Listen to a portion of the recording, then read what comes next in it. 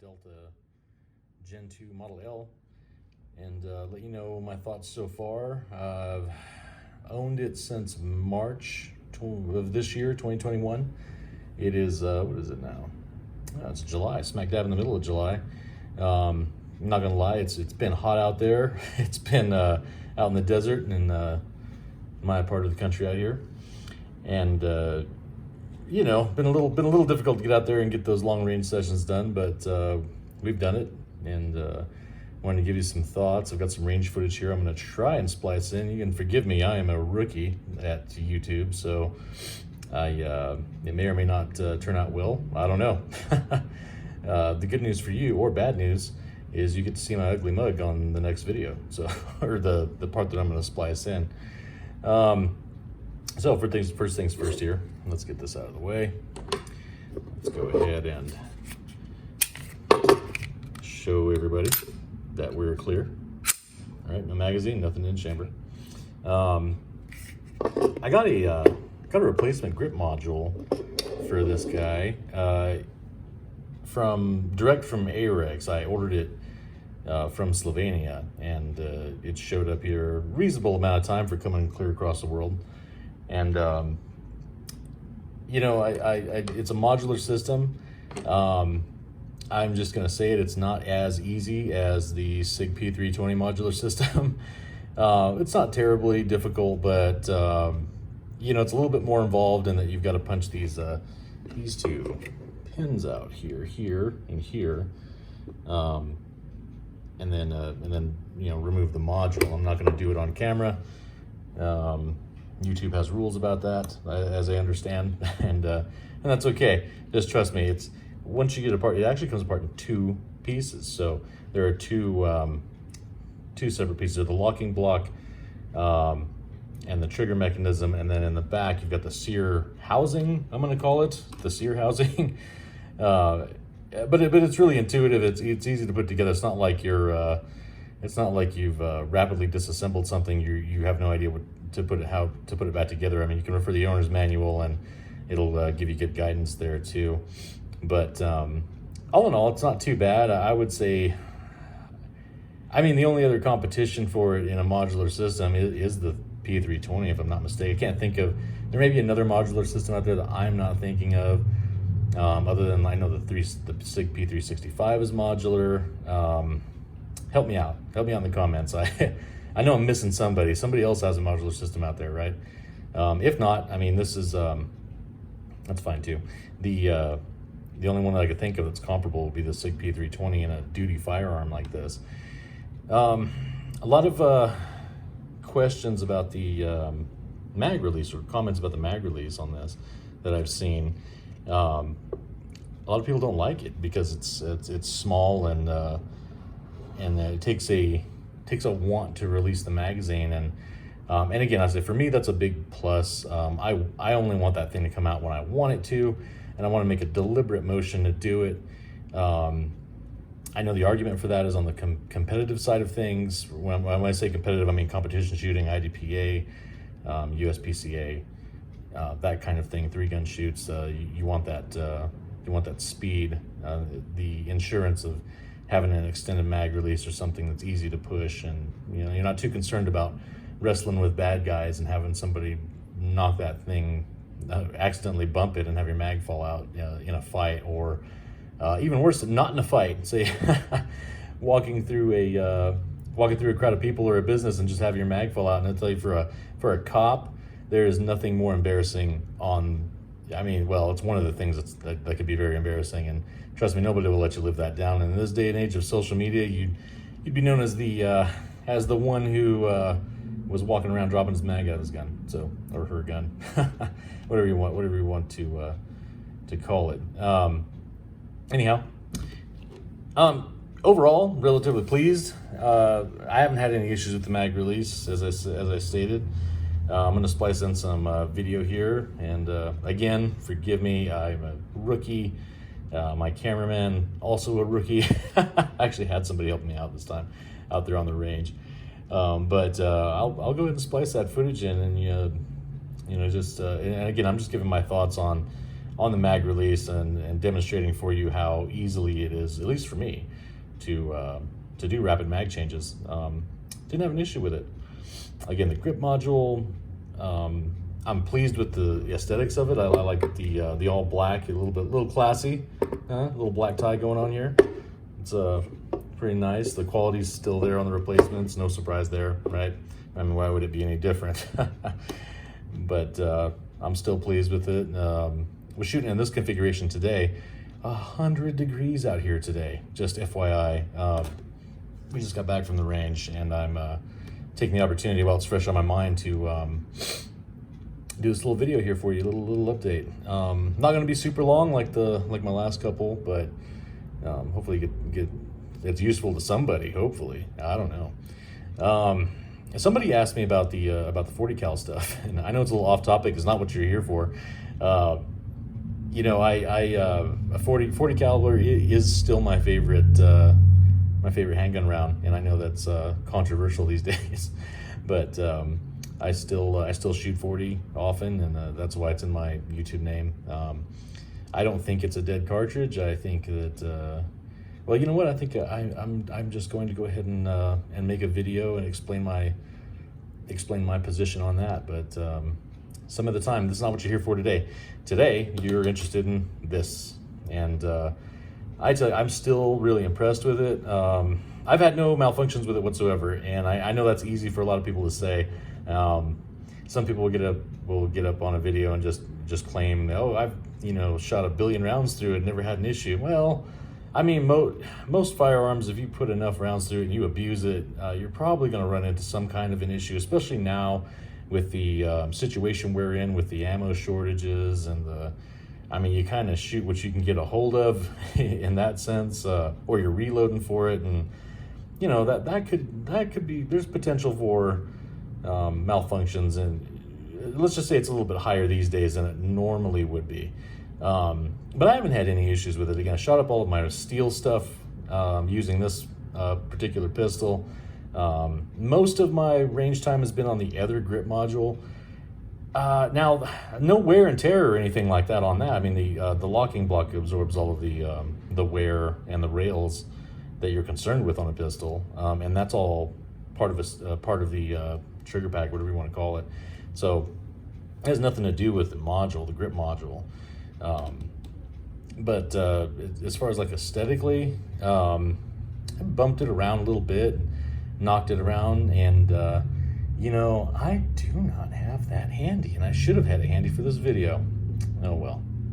I mean, again, I'm a rookie, but trust me, it held up. It's fine. It's gonna be a good spare for me.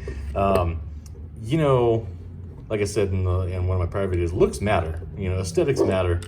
Whether you like it or not. I'm a functional guy, but looks do matter, and I opted for the carry model, or what are they? The Model X grip module, which is the full size grip frame with a compact dust cover. You throw a compact slide on this, you've got essentially like a Glock Model X.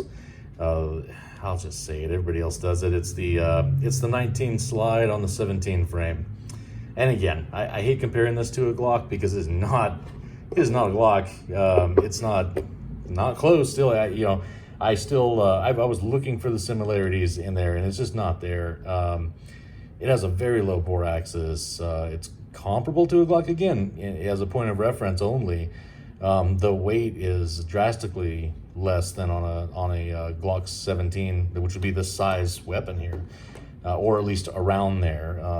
It's drastically more,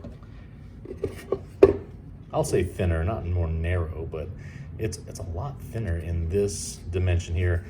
And I'm going to catch heat for this. I'm going to say it. It feels like a 1911. I know that's like sacrilege and blasphemous, all kinds of ways. I'm talking about a plastic gun here, but the grip feels thin in that aspect. And if you put the small strap on the back, I was just messing around with it. My hands are a large medium. My palms are extra large. My fingers are medium. It puts me somewhere in the middle, right? Go figure. Well, now you can't unsee it. Look at that. Anyway, The small back strap on it feels like a 1911 profile with the small back strap on there. It doesn't really change the length of pull no matter what strap you put on it because of the placement here. I mean, your trigger reach is unchanged by whatever modular you put on there, unless I got ahead of myself. Unless you throw the extra large on there, it provides a little bit, maybe a couple millimeters of extra trigger reach. Not much, but it does make a difference, and it really does change the feel of the weapon. Now that portion, I wouldn't be upset if somebody said that the grip is M&P like, M&P 2.0 like. I'd say that's fair. That's a fair comparison. Still thinner than M&P 2.0 though, so go figure. Anyway, still really pleased with it. Like I said, I took it out. Been out on the range a lot with it. Did an IDPA match with it. Hey, why not? I had some extra, bought some extra mags from Global Ordnance. I did buy though, and I know that like the major theme of this is going to be about the mag release. Really, the most controversial part of this gun is the mag release and how small it is. But I didn't see any problems with it, and I did buy the extended mag release, but I didn't install it.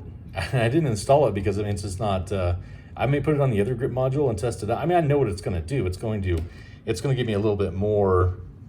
It's going to protrude a little bit more, make it a little bit easier to hit that mag release. But I mean, I don't have that problem. So I mean, I have it, but it's kind of a waste of money. I mean, in my opinion, for my,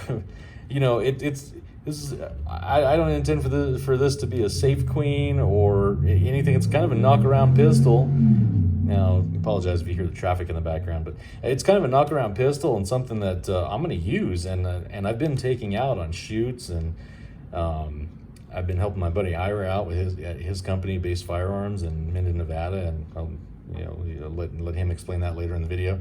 But I've been taking it out, and I haven't had any issues with it. It's been great. I've been working it.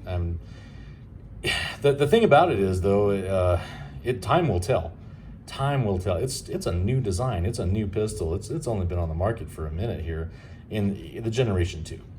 And sometimes problems arise. I mean, I remember Glock Generation 4, Glock Gen 4 when it first came out. I ran out as soon as I could and got a Glock 19 model Gen 4, and I had issues. But not surprisingly, it turned out a lot of people were having issues with failures to feed, stovepiping, ejection issues. I mean, trigger issues, you name it. And Glock rectified that with kind of in a silent way. But I mean, they upgraded the parts and they made the pistols right, and they ran right. Sig Sauer with their polymer line of pistols have had issues, and they've since been rectified, but it took a long time.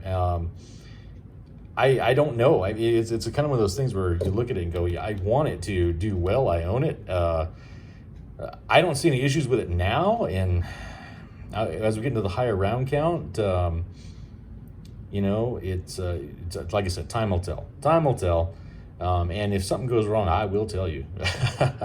I mean, I have no reason not to. I'm not paid affiliate or anything like that. I'm an amateur 100%. Yeah, just doing this for fun. But I will let you know if something is off with this. What else did I observe that kind of had me? Well, you know what? Something I didn't catch the first time I did my video. There is quite a bit of play here, right? If that bothers you, don't buy it. Because I will tell you this: if I took an M&P 2.0 and did the same thing, it's going to have equal to the amount of give there or more. It's just the nature of the beast. So is it a bad thing? No. Not. It doesn't affect the performance of the firearm. It doesn't affect accuracy. It's just a little movement up there in the front, a little bit of side to side. And remember, we're dealing with polymer here. Polymer is flexible. All right. And you know, we're not talking about the play between the rails here. And there's a little bit of slop there. I mean, but it's not anything to write home about. If anything, that slop just lends to reliability, lends to the reliability of the weapon. It's nothing to be concerned about. And again, you know, it's not a this isn't a hand built, you know, alloy steel hybrid machine that you're going to pay with, you know, with no with high tolerance. I mean, you're talking like 1911 prices then, you know, which can be done. I mean, 6 hours doing it with their AXG series of pistol, or P320 AXGs, and those are the fit and finish quality on that is sky high, is excellent, but the price is sky high. I mean, we all know this, and you're not going to be able to touch one for less than $1,000 realistically. And you know, this is coming in at an attainable price. You know, between $450 and $500, and that might even be a little bit high now that I've seen them pretty low for the modular system. And the only thing that I couldn't see that you could buy on this pistol was another slide, which I'm hoping, again, it may come with time, popularity of the pistol and whatnot. You may be able to get exchange kits similar to what the 6 Hour company is doing. So there's that. Oh, another thing, I mean, if you care, I ran it with this heavy, the TLR1, which is a heavy tack light these days. I mean, the competition's out, and you got like Enforce and Viridian, and there are other companies that are doing these tack lights, but this is the old standby TLR1, kind of old school, been around a minute, LED tack light. And you know, I took it out today on the range session and shot it just to see if it would affect reliability. It did not. And that's just something from the old Glock days that you may or may not be aware of. There was a problem with early on when tack lights started to become more prevalent in use. They were affecting the cycling of the weapon, kind of throwing everything off there and causing malfunctions. But I didn't experience that with this. I thought, you know, I'll try it out because this is very light pistol, and you never know. So all that being said, I'm going to go ahead and finish off this little tabletop portion and roll in the video from the range if I can. It's not going to be pretty. Just letting you know. And I had, you know, aside from my face, right? Excuse the wind, excuse the double chin, and we'll have a good time. All right. 40 Cal Nevada, USA here. And what I wanted to kind of demonstrate for you guys is I've heard a lot of talk about the mag release and the size on the Arex Delta Gen 2 Model L. And I just wanted to kind of demonstrate that it doesn't take much of a learning curve, or if any, for me anyway, to activate the mag release and emergency reload. I know that's a concern a lot of people have with the minimized controls on this gun, but I want to demonstrate for you that you can do it at speed and you can do it consistently. So without further ado, go ahead and load up. And I've got five rounds in each mag here, and I'm just going to go ahead, stage these, and get it going. Let's go. No problem. All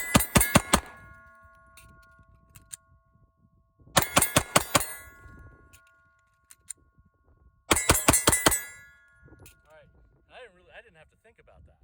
So this goes to show. I mean, if you just train yourself, sit there and do dry fire drills or dry reload drills, it didn't take much. And on this example, I don't have any stiffness or anything of note. It seems to work just fine. Hey, I forgot to mention, I'm out here with my buddy Ira at Base Firearms in Minden, Nevada. Check out our website, www.basefirearms.com. Yep. There you go. He's been gracious enough to let us use his little range here and his targets. For this test, he's going to try out the Arex Delta Gen 2. Right, going on. On you.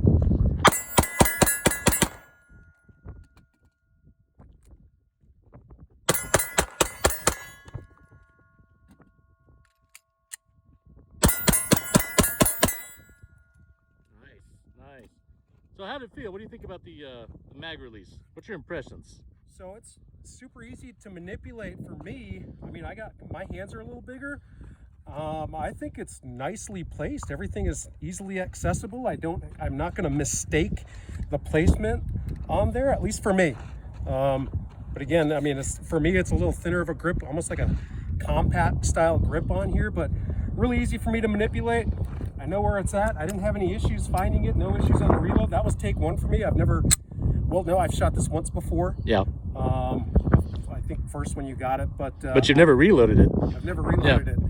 And my overall impression is it's a really easy, maneuverable, manipulable. That's a word now. Sure, I'll make that a word, manipulable. But I mean, it's really easy to use. If this is the first gun that you're going with, I think it's a good buy for sure.